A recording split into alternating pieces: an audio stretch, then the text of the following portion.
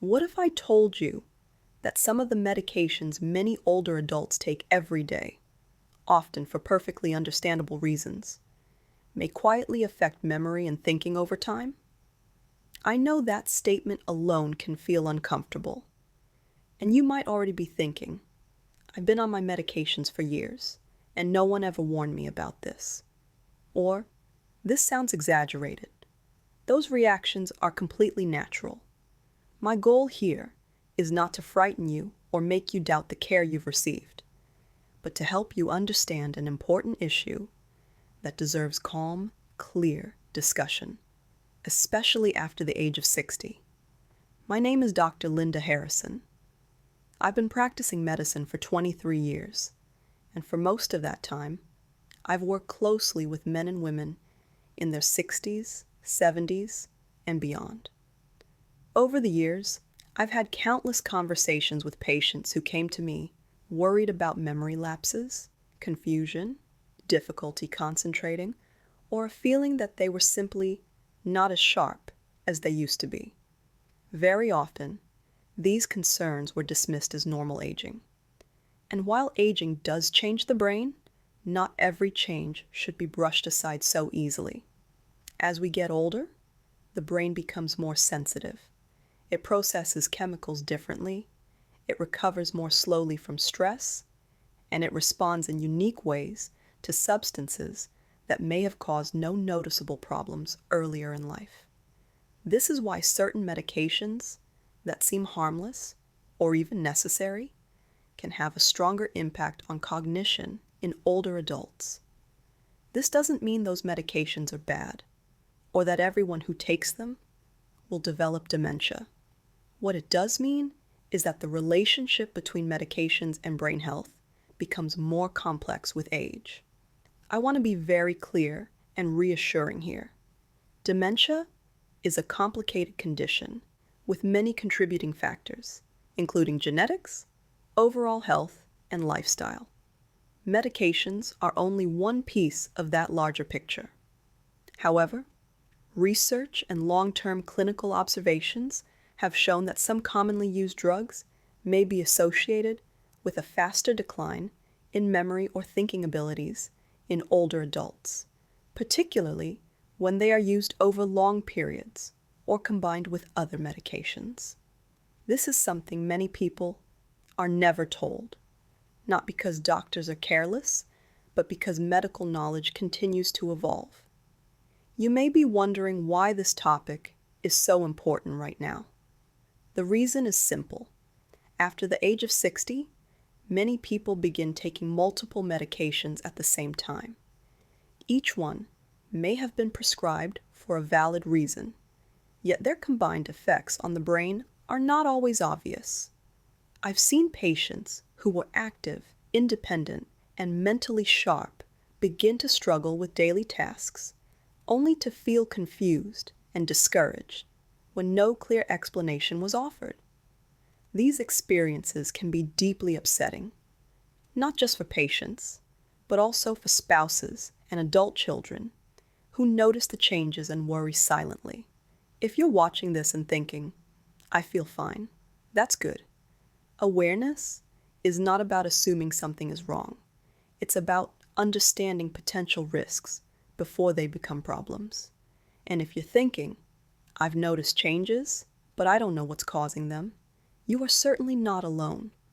Many older adults quietly blame themselves, believing that memory decline is inevitable. In reality, there are many possible influences, and medications are one of them. Throughout my career, I've learned that older patients value honesty, respect, and clarity. You deserve information that empowers you, not information that scares you. In this video, I want to gently explain why certain medications have raised concern in the medical community when it comes to brain health in older adults, and why paying attention to this issue can make a meaningful difference in how confidently you move through your later years. This conversation matters because preserving clarity, independence, and quality of life is just as important as treating physical symptoms. Understanding how medications interact with the aging brain is one of the ways we can better protect those things. And that understanding begins with awareness, not fear. As we age, our bodies change in quiet but important ways, and the brain is no exception. One of the first things that shifts after the age of 60 is how the brain handles chemical signals. Brain cells communicate through tiny messengers called neurotransmitters, which help with memory, attention, mood, and clear thinking. In a younger brain, this system is flexible and resilient. In an older brain, the balance becomes more delicate. When certain medications interfere with these messengers, even slightly, the effect can feel much stronger than it would have years earlier. It's a bit like turning the volume knob on an old radio. Small adjustments suddenly make a big difference in what you hear. Another important change involves how the body processes and clears medications. As we get older, the liver and kidneys often work more slowly. These organs are responsible for breaking down medications and removing them from the body. When this process slows, drugs can remain active longer than expected, leading to a buildup over time. Imagine pouring water into a sink while the drain is partially clogged. Even if you pour slowly, the water level eventually rises. In the same way, medications that once left the body efficiently may linger longer, increasing their impact on the brain. The brain's protective barrier also becomes more vulnerable with age. This barrier, often called the blood-brain barrier, acts like a security gate, deciding which substances are allowed to enter brain tissue. In younger adults, this gate is very selective. With aging, it can become slightly more permissive. That means certain medications, or higher concentrations of them, may reach the brain more easily than before. When substances that affect alertness, memory, or thinking cross this barrier more readily, the brain can become overstimulated, slowed down, or confused over time. There is also the issue of cumulative effects. Many older adults take more than one medication, sometimes prescribed by different specialists. Each medication may have a small effect on brain function, barely noticeable on its own. But when combined, these effects can add up. Think of it like carrying groceries. One light bag is easy to manage. Several light bags at once can suddenly feel heavy and awkward. The brain experiences something similar when multiple medications influence the same pathways related to memory and attention. Another factor involves inflammation and reduced brain reserve. As we age, the brain has less ability to compensate for stressors. In younger years, the brain can often work around minor disruptions. Later in life, that reserve is smaller. Certain medications may increase drowsiness, slow reaction times, or reduce mental sharpness. Over long periods, this constant strain may contribute to changes that resemble or accelerate cognitive decline. This doesn't mean the medication causes dementia outright, but it may lower the brain's ability to protect itself. Finally, sleep and oxygen balance play a role. Some medications can subtly affect sleep quality or breathing patterns during rest. Sleep is when the brain clears waste products and restores itself. If sleep becomes lighter or more fragmented, the brain's housekeeping system doesn't work as efficiently. Over months or years, this can affect memory and concentration. In older adults, where sleep is already more fragile, these effects can become more noticeable.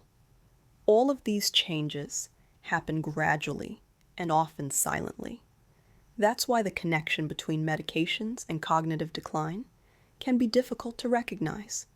It's not about a sudden event, but about small physiological shifts adding up over time. Understanding these mechanisms helps explain why the aging brain responds differently and why awareness becomes increasingly important as we grow older.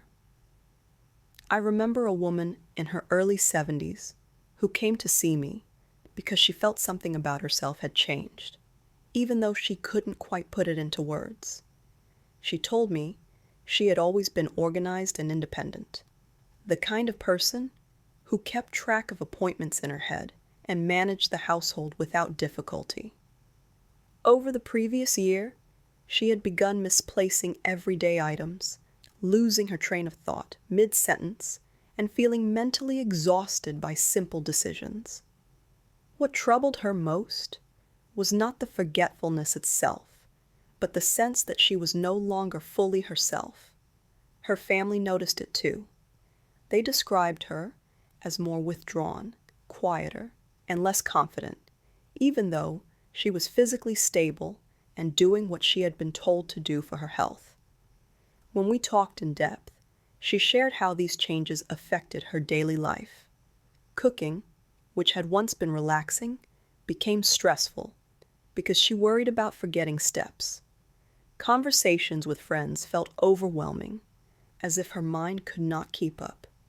She began declining invitations, not because she didn't care, but because she felt embarrassed by moments of confusion. This emotional burden was heavy. She kept asking me whether this meant dementia was inevitable, whether she was slipping away. Those fears were very real, and they deserved to be taken seriously, not brushed aside.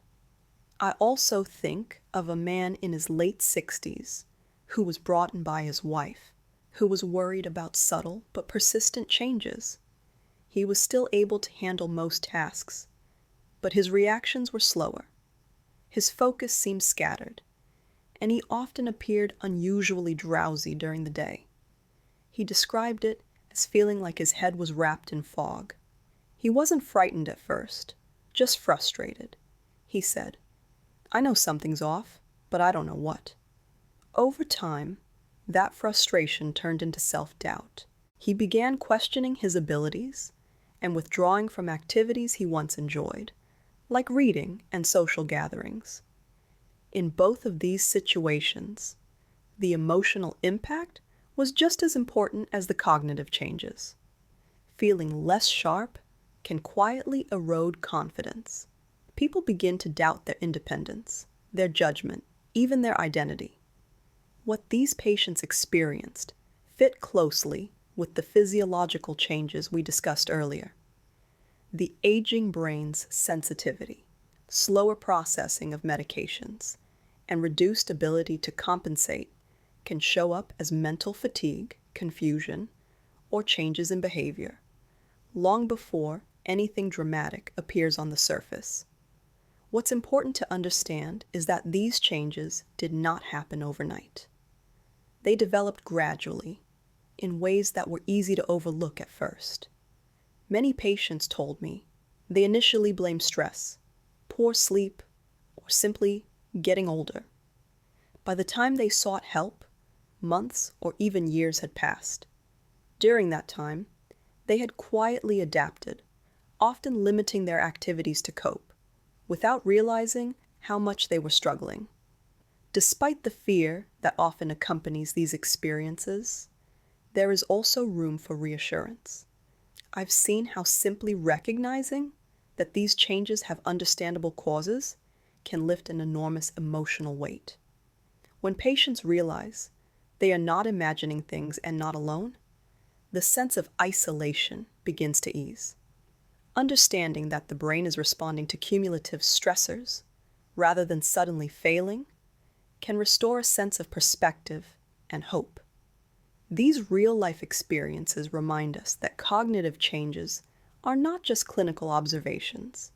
They affect relationships, routines, and self-esteem. They also show why it's so important to view brain health in older adults with nuance and compassion.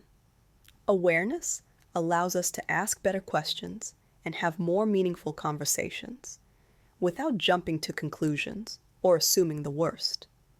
As you think about everything we've discussed, The most important takeaway is awareness.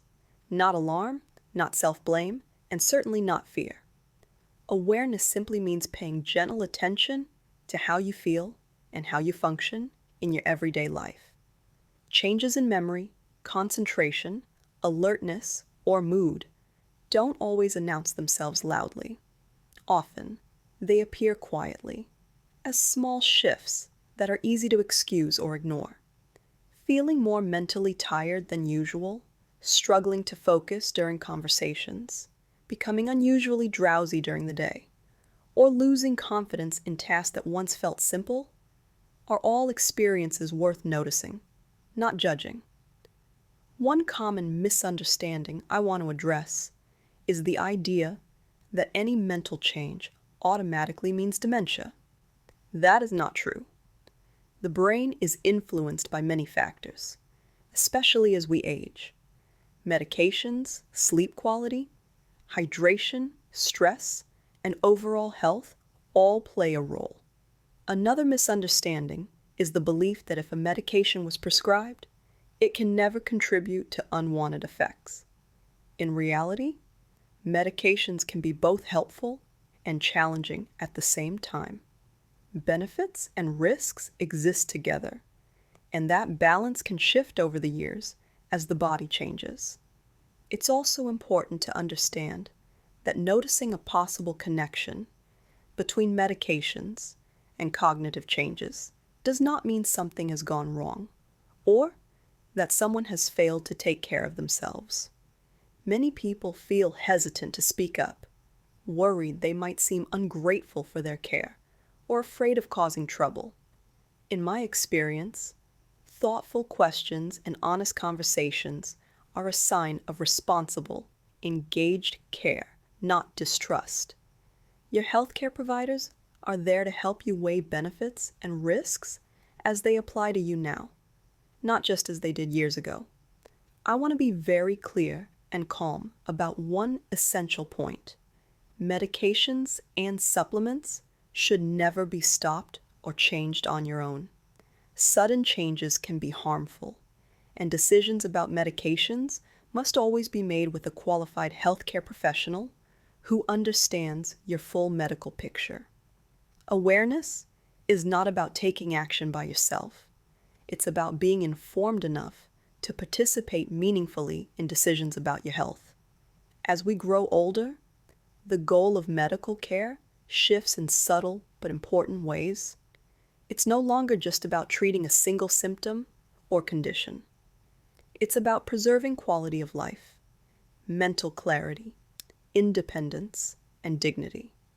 That requires balance. Some medications provide significant benefits and protect health in important ways. Others may need closer monitoring as the years pass.